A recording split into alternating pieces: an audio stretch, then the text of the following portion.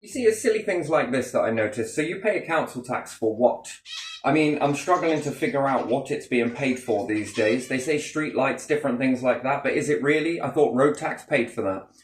Maintaining drains and different things like that. I thought this covered under road tax, but clearly I must be wrong. And yes, remembering as a lad what the taxes were going to has changed over the years, and yet apparently with our forced taxes, they have a right to say what they're going to privatise and what they're not. And again, the more they privatise, the more they privatise, the more they privatise. Oh, guess what? We gotta pay more money. When's it gonna end?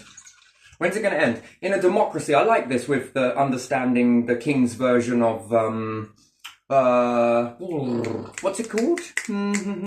His process that they were writing out, the Commonwealth. Understanding the different things in the Commonwealth. Who has a right to all of this? Because if you imagine if the king was in power, this would be a different structure, right? There is democracy. So that means clear democracy, yes? So this type of thing is non-democracy at the moment, right? We're forced. We're forced to do this. We're forced to accept what you do.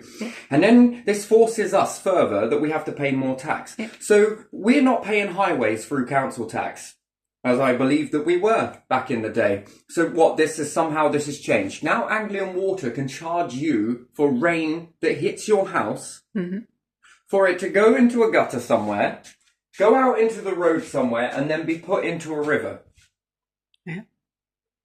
You can now, after this, the Anglian Water Company belonged to the people based on their taxes that they paid, built this infrastructure, and now this infrastructure is sold. The CEO makes the large amount of money to charge you for rain, water that hits your house unless you've got a soak away, for the water to go into a drain and into a river somewhere.